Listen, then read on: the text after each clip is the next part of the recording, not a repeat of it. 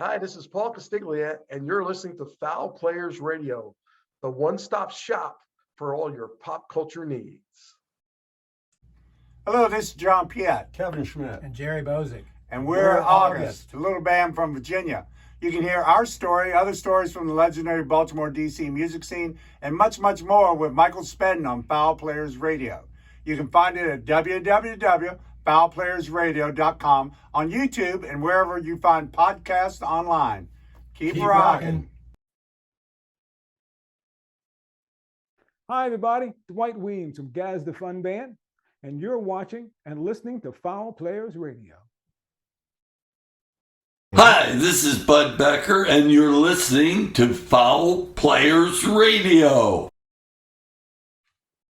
This is A.D. Adams, and you are tuned in to Fowl Players Radio with your host, Michael Spedden.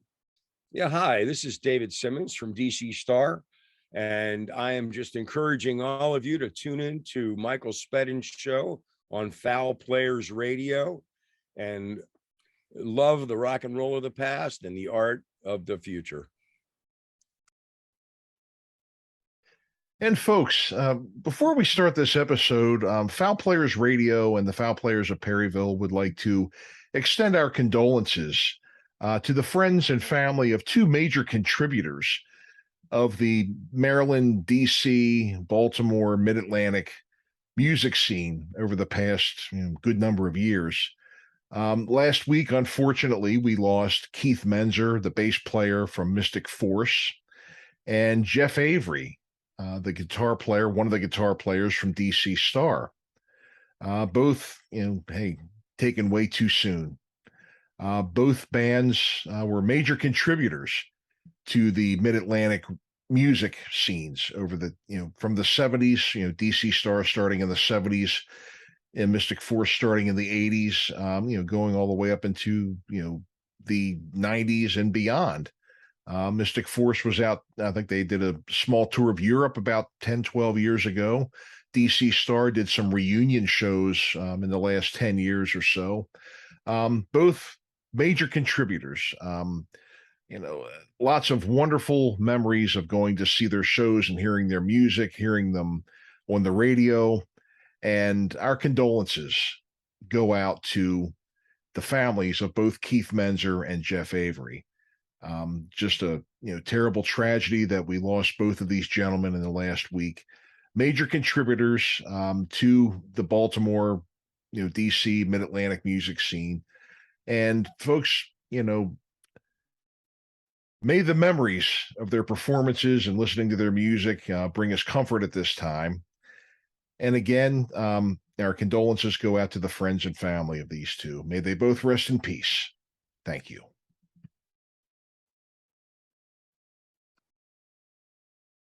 And folks, welcome back to another episode of Fowl Players Radio. My name is Michael Spedden. If you're looking at me right now, you'll see that I have the ultimate face for radio, and you're probably watching us on YouTube. Fowl Players Radio has a YouTube channel. Make sure you hit the subscribe button and like our episodes so we get to spread the word and more people will see us and tune into our episodes and join the fun that we're all having. Also, you can find us on Apple, you can find us on Stitcher and Spotify and all these other platforms out there where you can get the audio version of Fowl Players Radio that's still there. We are going to be converting a lot of our older episodes over to the YouTube channel. Of course, you'll get the audio, but it'll be on YouTube for your convenience as well. That's going to be happening bit by bit over the next couple of months. So keep your eyes open. We're going to be bringing back a lot of our classic episodes that we've had. Today's guest is Jim McDermott. Jim has had quite an interesting career. You may not know that name off the top of your head. He's not an actor. He's not a performer that much. He is a lead man. And what a lead man is somebody that sets up the sets on television shows. And Jim played that role. He was the lead man in the entire run of The Office, for several seasons of Home Improvement, also for the X-Files movie, for Romy and Michelle's high school reunion, and a number of other things. He's told me some really great stories from his career over the years, a lot of great Office stories. If you're a fan of The Office, you're really going to like this episode. So it's Jim McDermott. The Fowl Players of Perryville have some new shows lined up. October 21st, November 12th, and December 10th at 325 Front Street in Perryville. We're going to be at the Fifth Company Brewery doing our murder mystery shows. Go to www.fowlplayersofperryville.com. You'll also see us on the Western Maryland Scenic Railroad. We have 2 shows left for the season, October the 8th and October the 29th.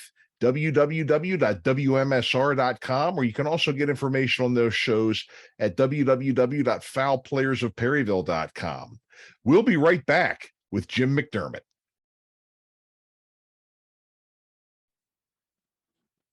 And folks, welcome back to another episode of Fowl Players Radio. I have a special guest tonight I met, I guess, almost a month and a half ago at Dunder-Con up in New Jersey.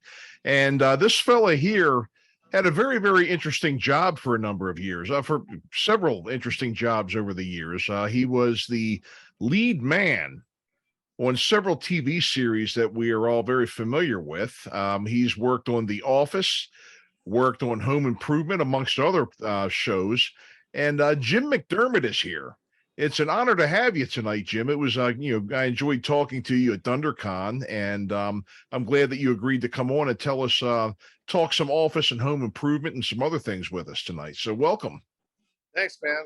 I just hope my battery doesn't die on my phone. Yep. Everything's cool here.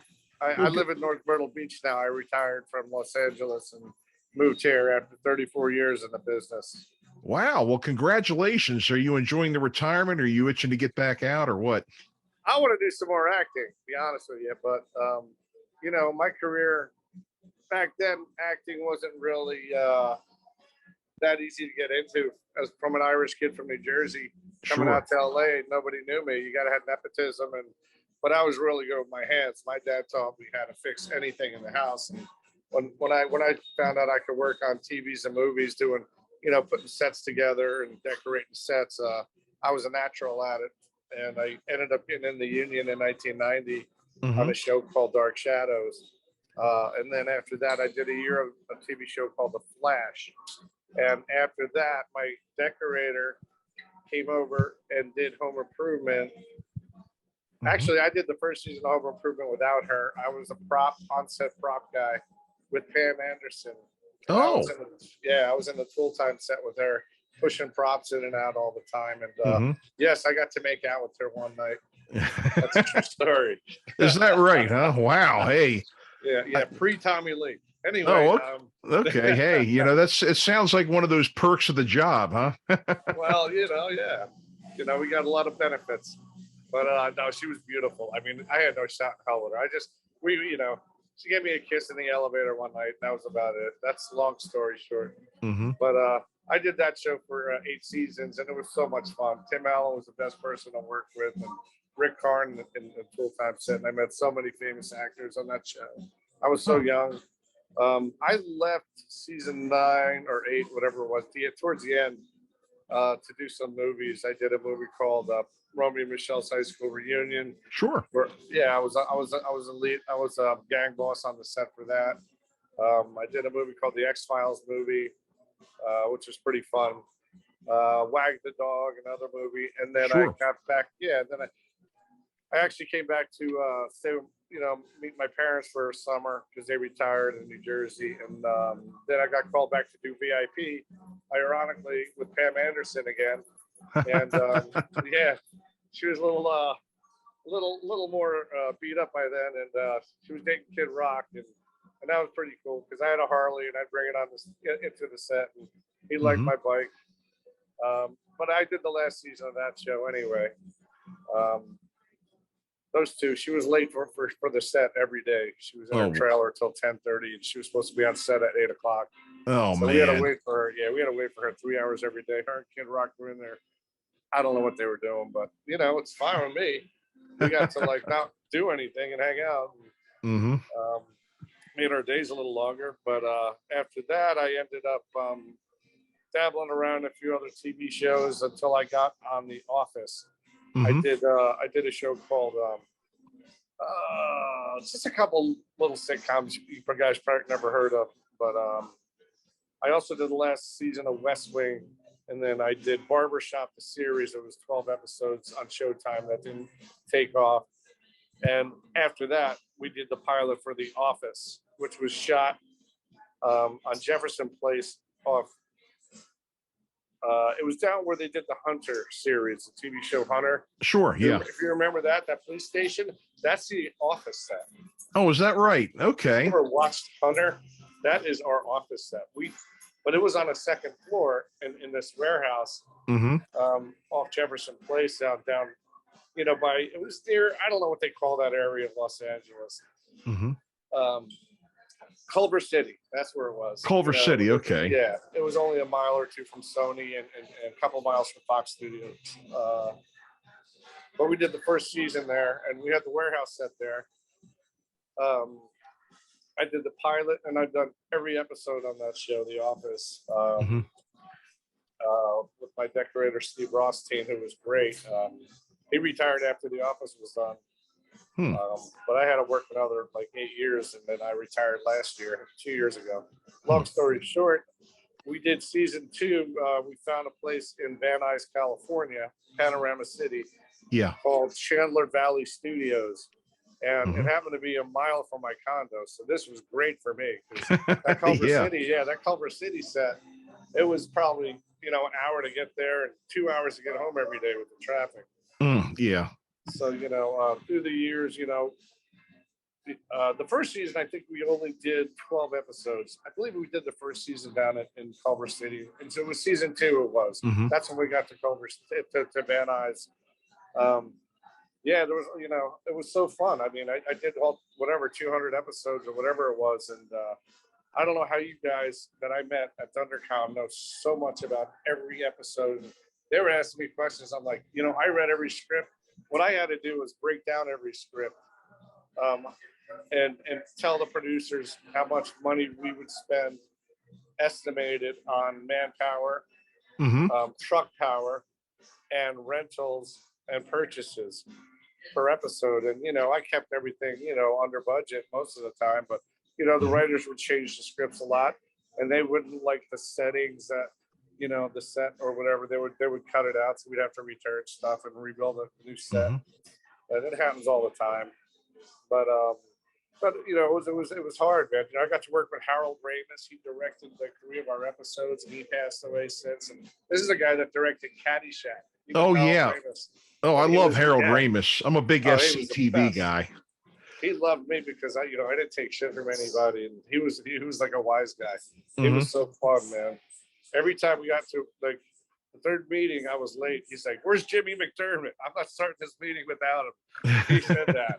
And man, this guy, he wrote Ghostbusters. He was in Stripes. I mean, this is a legend. Oh yeah, he is a legend. Yeah, but he passed away. We had a lot of great directors on The Office. But other than that, we had a lot of great actors show up too. I mean, I worked on a reshoot one year in between The Office called Fun with Dick and Jane with Jim Carrey. Yes. And I had to do something on set, and nobody knew what to do, and I jumped in there and knocked it out. And he was on The Office season 9. He played that guy down in the hallway there, and he looked like an old man. And then I walked by. He goes, "Jimmy, Fun with Dick and Jane. I remember you." Just like that. And I'm like, "How are you, buddy?" He doesn't shake hands because he's a germaphobe, so I elbow fisted him. But that was in the coffee shop set area, I think. Yeah. But every season was great. Kathy Bates was on the show. I mean, what a legend. I just never wanted to go on a weekend trip with her because I may get hit with a typewriter on my ankle or something. She may bust your ankles with a sledgehammer. Oh God, do you remember that? Oh my goodness. No, she was very cool though. I mean, everybody was cool. All the actors were cool. Will Ferrell, probably the quietest guy I ever met, for the funniest person I've ever seen in my life.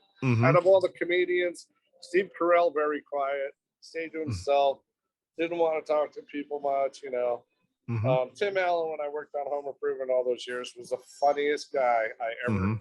I laughed out loud, belly laughed out loud through we would rehearse the script on Home Improvement, jumping back to that.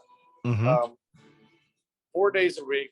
And Thursday night, we would have a camera run through. So Thursday, we would do a camera testing through all the scenes in order. And he did, when the camera guys came in, he just made fun of everyone.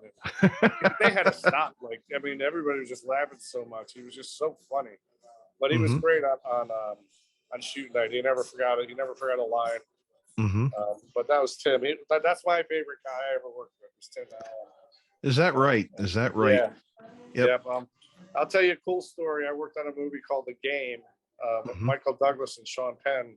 And we had to come back to Los Angeles. We shot it up in San Francisco for 3 months, all night shooting, 6 days a week. It was hard. I was the on-set dresser. And we got back. I said, I don't want to work with David Fincher, the director, anymore. He was such an asshole. So they put me on the gang, doing the set dressing. So I had to work on set one day, doing props. And it was a Friday before Labor Day weekend, I think. And Michael Douglas had like this, it wasn't a Rolex watch. I can't remember the name of it, but he wanted a real watch, the real deal. This watch was like, I think we paid $12,500 for it, $12,500 for it. And Labor Day weekend comes up, right? And Bucky Moore, the prop masters, his assistant left. So that's why I had to work with him. I'm like, Bucky, did you get the watch back? He's like, oh, no, Jimmy, get the watch. Go get him. I ran out. And he's talking to these two guys, right? So I go, hey, Mike, man, can I get the watch? I forgot we got to get that from me. He goes, oh, Jimmy, here you go, man. Sorry about that. And then this other guy chimes in and he says, who's this? The prop dickhead? And I look up, it was Jack Nicholson he's talking to. And the other guy, the third guy that was next to him was Harrison Ford shooting Air Force One at the time. Oh, so, right. I'm stuck in between these three knuckleheads. I guess I was the knucklehead getting the watch. But Jack Nicholson cracked on me. And the next day, Harrison Ford almost ran me over with a golf cart. I had to do a monkey roll to get out of his way. Jeez. He sped around the lots. He was famous. He's like, he's crazy. He flies old airplanes that don't work and crashes all the time. Yeah, that's what I've heard. I wanted to ask you something here. So basically, when you put these sets together and everything, are you the one that like looks at the script and you look at these characters and you decide, like, for example, Schrute Farms, when they had the episode where Jim and Pam went to the Airbnb at Schrute Farms, did you design that entire house? That house is at a place called Disney Ranch in Valencia area. It's about 20 miles north. It's a whole other like northern town of Los Angeles. They shot so many shows there. It's an actual house. They shoot a lot of stuff there. It's all like they have an old like cowboy town there. And they have the Schrute farmhouse that you see it in other commercials, but that house was there originally because it had so much property. We were able to use it, and they had there was farms there that we use as this beef farm. But that house is just it's a full house with rooms in it, and we had to run our own electricity through every set. But yeah, we had to dress every set out. We shot there so many times. It was a lot of work, and they were very strict. There was they have these old oak trees, like you're not allowed to park anywhere on any of the roots of the oak trees. Yet there was rattlesnakes everywhere. Oh, they would wow! Catch 10 rattlesnakes a day. Yeah, right outside our set, right by the oak trees. Jeez, whiz! Those things, yeah, you see these big holes. We had a rattlesnake wrangler every time we went out there to Schrute Farm set. Wow. It was fun, I mean, we were there a lot, and yeah, it was that was a hard set to do because it was small. The rooms were small. It was hard to shoot in. The sets were tight, but we had to match it every time, and to match it was hard because all the pictures, those old pictures of all those old people, like from the cowboy days, 1800, they were all from rental houses. Oh, Place called Hollywood Cinema Arts was one of the art houses we were rented from, and Hollywood Studio Gallery. These are two art places that we rented from because they had cleared art. If your art wasn't clear on a TV show, you would get sued if an artist noticed it on TV. Oh, sure, so right. Yeah, NBC was very picky about that kind of stuff. But yeah, Shroot Farms was crazy, man. I was right there when this guy caught a rattlesnake 10 feet away from me. I mean, he was crazy. Right. Yeah, he looked like he should have been part of the Shroot family. This rattlesnake. He made Mose look good. Oh wow, Mose and the other one, Zeke was the other one. He was just the other guy, the other cousin, Zeke, I think his name was. He was another one. Yeah. Yep, the bigger guy. Yeah, that so was. It was epic, that's for sure. I didn't know it would turn into this, Yeah. You leave a TV show. I retired on a show called Superstore. That was the last set I ever put together. Sure. We had 20,000 square foot, 2 stages at Universal Studios. Mm-hmm. We put a whole big box store together. Me and my production designer, Mike, who also did Mike Allenberg. He was also the production designer on The Office. Mm-hmm. And we've been friends for 25 years, and we always work together. Mm. So now we play golf together. He lives in Florida. He comes up to visit me. I go down to visit him. Mm-hmm. It's classic. It's epic. Nobody knows what we did. We don't tell anybody. It's just fun. Was your idea? Was the clown painting in the Halpert's house your idea? No. Not me. Clown painting. No, that was scripted. Oh, was it? Okay. Yeah, Okay. Yeah. A lot of the sets were all of our ideas. All the personal touches and like Jim's office. He had he played. There was one episode where we played golf and Andy ran the golf cart over. Yeah. That was at Burbank. That was in Burbank, one of the Burbank golf courses.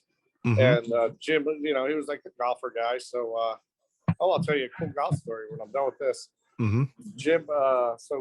Jim, in his office, that little office he had, when Daryl ended up, he took it over when Daryl had it or whatever. I forget who was there first. Yeah. There was a little golf lamp in there, and that was my lamp, and I have that at home. Mm-hmm. There's a lot of my personal stuff I use in a lot of the sets that I still have. Mm-hmm. But one weekend, Brian Baumgartner, who played Kevin Malone, and Andy Bernard, Ed Helms, and I and my production designer, we went to Trump National Golf Course in Palos Verdes because we got benefits. I had a really good promotional guy that said, if you can get the actors to Trump National, we'll give you a free round. So I got those two guys to play with us. And, I'm waiting for Ed Helms and Brian pull up, and this red Ferrari pulls up, and I'm like, is that? I didn't know who it was. This guy with long hair. I thought it was the Australian guy, Norm. Hell is his name? I don't know, but the guy gets out of the car, and it was Donald Trump and his son. Oh, wow. And I'm sitting there, I'm like, Mr. Trump, this is before he was president, Yeah. I said, hey, man, he took that course and bought it with the 17th and 16th hole collapsed into the ocean because it was on the ocean. And he redeveloped it and rebuilt it. And it was beautiful. It's a beautiful course. And I think it was like $300 each to play. So I got us all to play for free. Oh. And then finally, he gets in, he walks in. I said, thank you for rebuilding the course. He's like, oh yeah, you like the course? I'm like, yeah, I like the course. He was nice, so yeah. But he walked by me, and then Brian and Ed Helms pull up. I'm like, you guys, man, you're late. Come on. We shot the night before too, so they, should have shot late on a Friday. This is Saturday morning. And it was probably 30 miles from where, they live or everybody lives. It's on the ocean out there, Palos Verdes. So we get out, we all get in our golf carts, and they stop us. They're like, oh, you guys got to pull over the side. And here comes Donald Trump pulling through, drives right by us with his son. They made us start in the back nine. Mr. Trump has the front nine. We're like, oh, okay, no problem. So we got to play golf with Donald Trump. Oh, wow. On the same day. We didn't see him, playing with him, but we had a great time. Brian's a really good golfer. Ed Helms, he was intermediate but learning, and he really does have a temper. Does he really? I thought he was going to punch a hole in the top of the golf cart. Oh, wow. Thank God it wasn't drywall, huh? Yeah, really. I know. Yeah. Did you have to, for example, when he punched the wall, I mean, was that wall set up so when he hit it, they made sure he wasn't going to hit a stud or anything? Oh, absolutely. Yeah. It was short. It was 1/4 inch quarter-inch drywall that was scored in the back. So I Mhm. mean, you could touch it with your 2 fingers, and that would have went right through it. Oh, okay. Yeah. Yeah, no, we would do that scene, and then they would move into the annex or into the break room, and then Mhm. construction would come in and replace it, repaint it, and have like 5 different scored pieces ready to go in. Oh, okay. Yeah, just like the chili scene. That was another epic.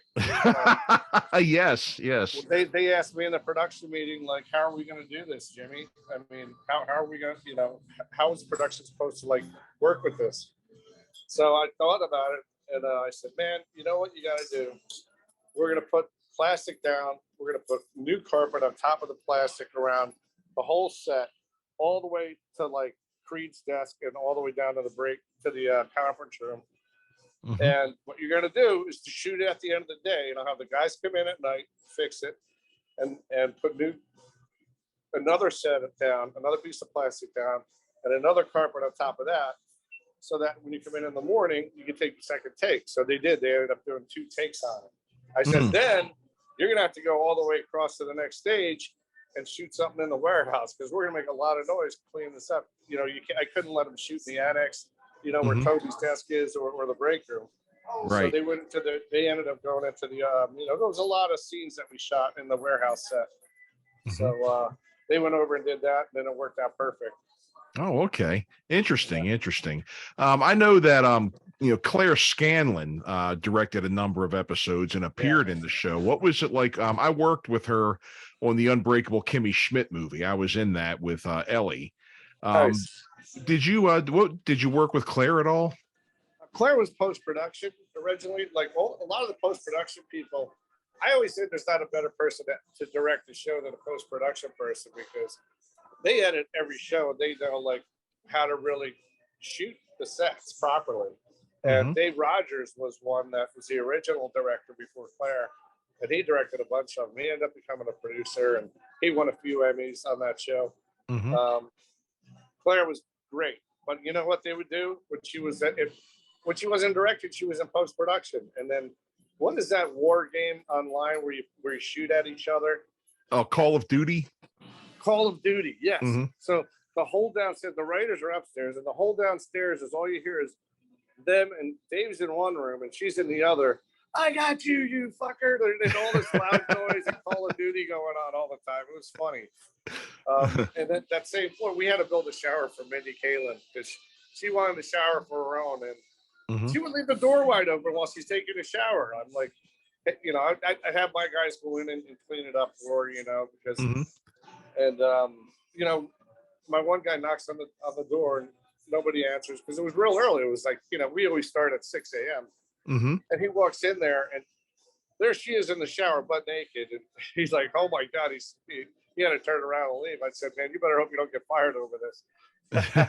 She didn't see him. She didn't hear him. Maybe she's an exhibitionist. I'm not sure. Yeah. But Mindy was fun. She was cool. She did the Mindy show, and she was very hard to work with on that show. Mike Gallenberg went over to production design it. The sets were fine. She didn't like the decoration from another decorator that he hired, and it turned out to be a disaster for the set dressing crew. So, that's a whole other show that I don't care about. Right. Right. How about Ellie? I worked with her. She was really nice. She's the nicest person in the whole world. Ellie she Kemper. sure is. So nice, Everybody was. Everybody in that show was really cool, man. I mean, there was not one bad person on it. Well, BJ Novak, yeah. He should be typecasted, because that's the way he acts in life, is the way he acted on TV. Is that right? He's very much to himself. He's very conceited. He won't talk to the crew. I got one of his watches. The prop master gave me his watch like after season 4. He had this Timex watch, which I still have, but nobody would know about it. And I can't prove it, but it is his, and I have it. And they gave us all watches for the 100th episode. It said The Office. I should have brought that, man. I didn't even think of that thing. I should have brought that with me when we did our 100th episode. They gave us all watches, to do that. But the next one's coming up. I guess again, it's they're doing another one, right? The reunion they're calling Dunder-Con, the next one. Yeah, I think you had mentioned to me, I think we were corresponding. You had mentioned that the next one is going to be in Los Angeles, right? Yeah, but I'm not sure. They didn't post where it's going to be yet. Huh. I think they're going to keep it in New Jersey for some reason. I think that's what I seen.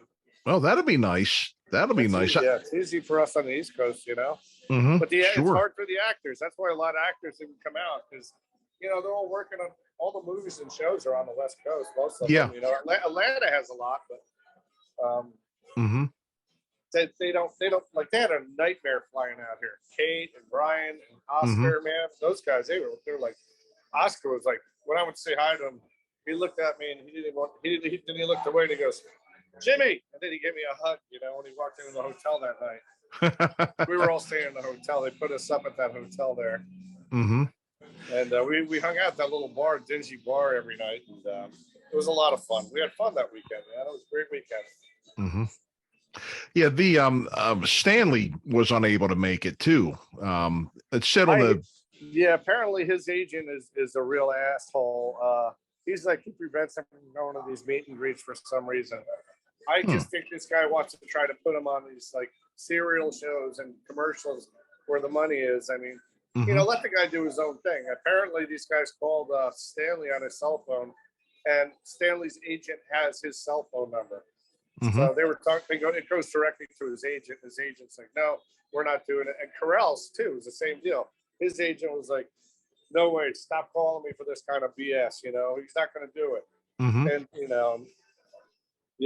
well, that's another thing. When Steve left the show, everybody was a little upset that he didn't like, usually like when you're a big actor and you leave a show, you made $100 million. Leave everybody a $50 gift card. There's only 100 of us on the set, Yeah, right. He bought this house, Jonathan Winter's house, right? Yeah. The golf course over there, Lakeside, it's called. So where all the actors go. Joe Pesci's there. I played there a few times. I see it. All these actors there all the time. Steve doesn't even play golf, but he bought Jonathan Winter's old Adobe 6,000 square foot house, right? Tore it down, built a 20,000 square foot mansion. I'm surprised they let him build this thing that big. And it's only him and his wife and 2 kids. And yet he leaves the show. We had this big party. Every executive from Universal in the warehouse set was there. And we had a 3-foot cake that said world's greatest boss on it. Like his mug, yeah. And guess who they wanted to pull the box off? So it's me, because they see me, work on home improvement all the time. You've been on set, you've done stuff like this. I'm like, I don't like Steve that much. I don't really want to be here. So I decided to do it anyway. And he gets on in the microphone, and everybody's like, oh, Steve, thank you. He was the heart of that show, the funniest guy on the show ever. He made that show.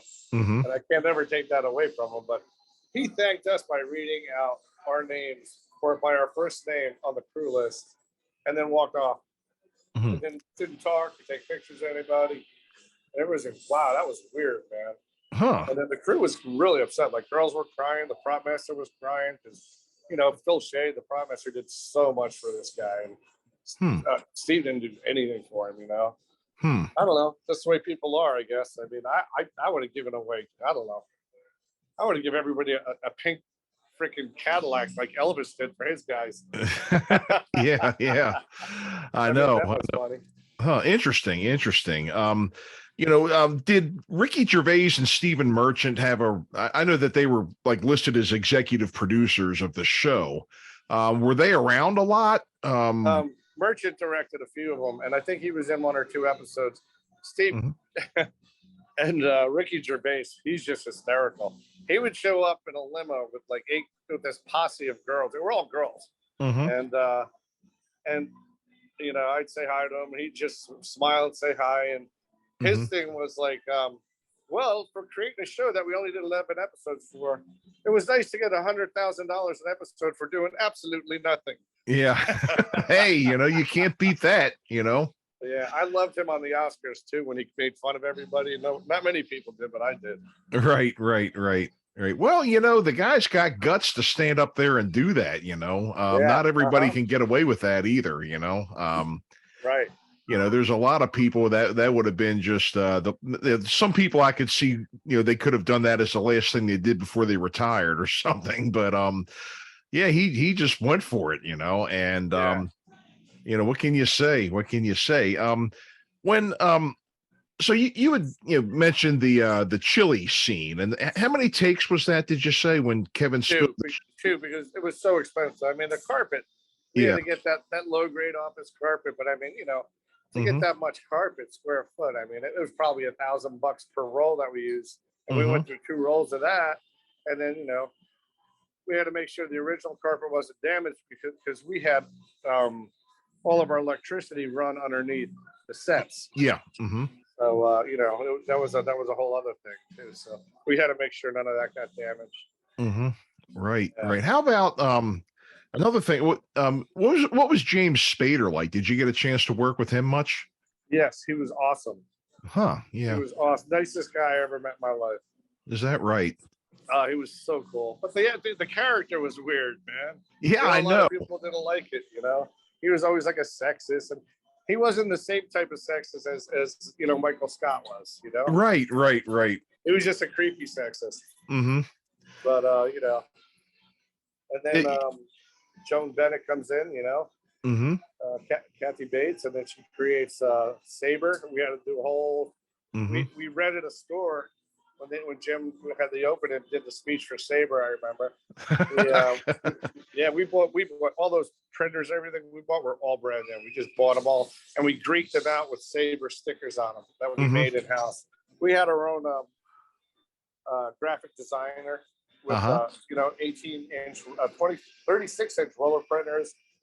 These people, they were everything we needed. They printed all the Dunder Mifflin logos, everything. And then I'm the one that actually promoted Boise Paper to give us those paper boxes. You see Boise everywhere in that set. Yeah. We got over $1 million of Boise paper throughout the years from them. Wow. We finally got them to put the Dunder Mifflin logo on it because we were making stickers, and we're like, you guys, you got to help us out here, man. You got a print factory, put them on your boxes. And I have one of those file boxes at home with the Dunder Mifflin logo on it. And I wanted to bring that to the convention, but I didn't want it to get damaged. There's a few things you never know what's going to happen with that kind of stuff. You got to be careful with things like that. I mean, something could get easily knocked over, something spilled on it, and just ruin it. So good call. How about Creed? What was he like? He was awesome, man. Just the nicest guy in the world. He loved his job. He just said he didn't have to do nothing, didn't have to say nothing. And everybody loved him. We called all those little talking heads he did. We called them Creedisms. Because they were so classic. Like my favorite one was they were talking about boobies, right? He goes, "What do you say? Give me a second. I'll take the 1 second, please. I can't. Oh, damn it! I got this music playing. It's messing me all up. No, okay. I can't think straight. Hold on, I gotta go in the restaurant. Sure. Oh, anyway, don't worry about that. Anyway, but I'm playing all that. He goes, I'm sorry, I can't remember. But it's fun. Just everything he did. We wrote all his Creedisms on the back of the walls of the sets because they were so funny. Man. Yeah. He was just so cool. Well, like I said, everybody was, Any other funny stuff that happened? I played Andy Bernard's biology teacher when Andy was in the office, took over his office. Oh, right. And I sent you a picture of that. I'm not sure if you got it or not. I did. Yeah, I did. Yeah.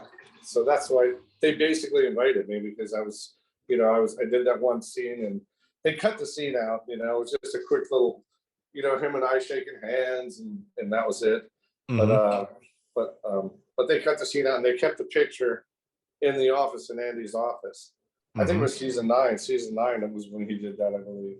So there's a lot of scenes like Toby's up next to talking to him. It's Toby and the picture of him and I, and the gentleman next to him is a guy that worked for me His name is Steve DeSure. He was an old producer that did commercials and prop master, and he got me started in the business. So I got him finished in the business, and he also retired on The Office. Oh, okay. He's the guy with the big mustache. Yeah, he's the guy with the big mustache on the left side of that picture. Oh, okay. Okay. Yeah. Sure. Yeah. Sure. Yeah. He's a weapons expert. We did a movie called Spanish Judges, where there was all kinds of shootouts where I had to learn, how to handle weapons, get my powder license and all that stuff, And that was just a movie that never made it. I did a lot of those. I did like 20 movies that just never went out there, All this money they waste is crazy. Yeah. Oh God, because even if the movie doesn't go out, you still have to pay all the people for the work that's been done. Yeah. And then you just make that decision. Over the years, I've listened to a number of Office podcasts, the one that Jenna Fisher has and Brian as well. And they were saying that it seems like just about every year, The Office was kind of on the chopping block. It seemed like from what they were saying, it was on the bubble quite a bit. And I can't understand, because The Office is like an institution. It's even more popular now than it was when it was on. Well, the funny thing you say that is when we did the pilot, after we shot the pilot, we did that season 1, and they started writing a few episodes. I was talking to Greg Daniels at breakfast, who's like, man, he's hard to talk to. But I told him, I said, this is something like, it reminds me of,